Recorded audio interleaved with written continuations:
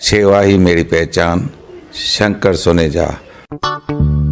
सेवा ही जिनकी पहचान, वो हैं Shankar Soneja.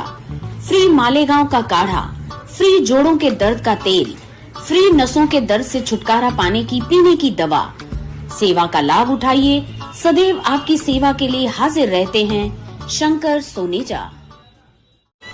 For the Sindhi by the Sindhi त तव्हां सिंधियुनि जे लाइ अगरि रिश्तो ॻोल्हियो था पिया त असांखे त जाम सेटिस्फेक्शन मिली आहे। हिते काउंसलिंग ॾाढी सुठी आहे। चार्जिस त बिल्कुल भी माना ॿियनि वांगुरु कीअं परसेंटेज ॿाहिरि वेंदासीं त उहे परसेंटेज था वठनि पिया, हिननि जी उहा काई बि अहिड़ी काई कान्हे। एॾी फैसिलिटी किथे भी मिलण ॾाढी मुश्किल आहे। रिश्तो.com सिंधियुनि जो सिंधियुनि सां। नमस्कार, मैं राजेश दलवानी, आप देख रहे हैं उल्लास लाइन बुलेटिन। पत्रकार चंदन त्रिलोकानी के खिलाफ उल्लासनगर पुलिस स्टेशन में खंडनी का गुनाह दर्ज हुआ है। चंदन त्रिलोकानी ने मीडिया से बात करते हुए आरोप किए थे कि जो उन पर यह खंडनी का गुनाह दर्ज हुआ है, इस गुनाह को दाखिल करने में पूर्व नगर सेवक महेश सुखरामाणी का हाथ है। अब चंदन त्रिलोकानी द्वारा मीडिया में दिए गए बयान पर पूर्व नगर सेवक महेश सुखरामाणी ने पत्रकार परिषद लेकर अपनी प्रतिक्रिया देते हुए खुलासा किया है कि दर्ज हुए खंडनी के गुनाह से उनका कोई भी संबंध नहीं है। जिस प्रकार आपने कहा कि चंदन त्रिलोकानी के ऊपर जो एफआईआर खंडनी की दर्ज हुई इसमें मेरा हाथ है, तो मैं आपको बता दूं कि इस जो एफआईआर में हमारा कोई लेना देना नहीं है। वो मेरे ऑफिस के पीछे हमारे वार्डवासी हैं रेवनकर जी, वो अपने मकान का रिपेयरिंग करवा रहे थे। उनका मकान गिर गया था और उनको प्लस्तर और पतरे बदली करने थे, वो करवा रहे थे, या उनकी जो भी काम होगा मुझे जानकारी नहीं है। तो जिस दिन उनके ऊपर एफआईआर दर्ज हुई, उस दिन मैं हॉस्पिटल में अपनी आंख का ऑपरेशन करवा रहा था। मुझे बाद में रात को सोशल मीडिया द्वारा ये मालूमात गिरी कि उनके ऊपर एफआईआर दर्ज हुई है। अभी चंदन त्रिलोकानी जी के लिए आप जैसा कह रहे हैं कि उनके ऊपर मैंने ये की है, उन्होंने मेरे ऊपर एपिसोड बनाया था। हमारे वार्ड में दौलत रहेजा, चंदर रहेजा नाम के दो भाई हैं, उनका फैमिली विषय था, कोई उनका डिस्प्यूट था। वार्ड नगर सेवक होने के नाते वो मेरे पास आए थे, तो मैंने उनसे सुलह करने के लिए उनको निवेदन किया था। जो वो नहीं हुआ उनका आपस में जो भी चीजें हैं, तो वो पुलिस चौकी और न्यायालय में गए हैं। तो इसमें मेरा व्यक्तिगत कोई लेना देना न होते हुए, नगर सेवक होने के नाते कोई भी अपने काम के लिए या व्यक्तिगत काम के लिए मेरे पास आता है, उस पे चंदन त्रिलोकानी ने मेरे ऊपर एपिसोड बनाया था कि मैं उनकी जगह हड़पना चाहता हूं या जो भी है, बिना तथ्यों के आधार पर।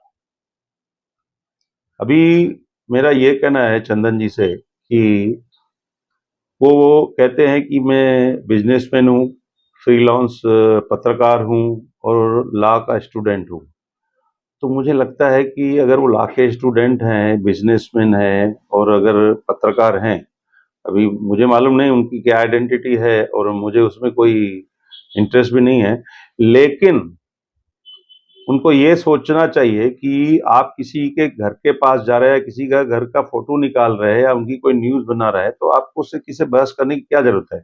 या समझो मैं आज मेरे कहीं पर कोई जुआ के अड्डे में अड्डा चालू है, इलीगल है, मुझे मालूम है, तो मैं अड्डे पे जाके झगड़ा करूंगा, फोटोग्राफी करूंगा कि मैं संबंधित पुलिस स्टेशन में उस एरिया के वहां पर जाके वहां के अधिकारी से कंप्लेन करूंगा। तो ये समझने की बात है। अभी इसमें मेरा ज्यादा कुछ नहीं कहना है, क्योंकि इस चीज में मेरा कोई लेना देना नहीं है, न मेरी वो प्रॉपर्टी है, न हमारा उसमें कोई वास्ता है। जो जिस बंदे ने आपके उनके खिलाफ एफआईआर किया है, वो बंदे आपसे जुड़ा हुआ है, इसलिए आपका नाम सामने आ रहा है। मेरे वार्ड के रहवासी हैं आशीष कलबंदे जी, वो लेबर जॉब करते हैं, ठेकेदारी का जो आदमी लगाते हैं उसका जो भी काम है, मेरे वार्ड का वोटर है वो, बाकी हमारा कोई उसके व्यक्तिगत संबंध नहीं। इसके ऊपर भी आपको टारगेट किया जा रहा है। ये बहुत ही अच्छा आपने सवाल किया है कि विकास निधि जो आ रही है और उस पे सोशल मीडिया पे 2-3 दफा ये सब चीजें मैंने भी सुनी है और उसके लिए मुझे टारगेट किया जा रहा है मेरे वार्ड में विकास का जो काम हो रहा है उसी लिए। तो वार्ड वासियों से और शहर वासियों से मेरा कहना है और आपके माध्यम द्वारा कि पिछले 2017 से 22 तक के बीच में 2 साल हमारा कोरोना काल में गया। कोरोना काल के बाद में जैसे जैसे सामान्य लोग जीवन जीने के लिए और फाइनेंशियली चाहे सरकार हो चाहे महानगर पालिका हो, और पिछले 2 सालों से लगभग 18 महीनों से कुछ मीडिया वाले संगठित तौर पर मेरे खिलाफ प्रचार प्रसार के लिए लगे पड़े हैं। अभी उसमें मेरे को समझ में नहीं आता है कि वकील भी वो हैं, जज भी वो हैं, आरोप भी वो तय करते हैं और जवाब भी वो खुद देते हैं, और एग्रेसिव टाइप से ऐसे बात करते हैं मीडिया में या उस चैनल पे कि जैसे पर्सनल उसकी हमारी कोई दुश्मनी है। अरे भाई, आप पत्रकार हो, आपसे ज्यादा सीनियर लोग यहाँ उल्लासनगर में बैठे हैं जो पत्रकारिता करते हैं, उनसे कुछ सीखो। आपको अगर ऐसा लगता है, सभी लोग जहां पर भी जाते हैं तो आप उनसे वेरीफाई कर लीजिए, भाई आपके खिलाफ ये अगर इल्जाम है तो आप उसका जवाब दो। आप आइए हमारे पास, हम आपको जवाब देने के लिए तैयार है। आप डिसीजन ले लेते हो, आप ही सब तय करते हो।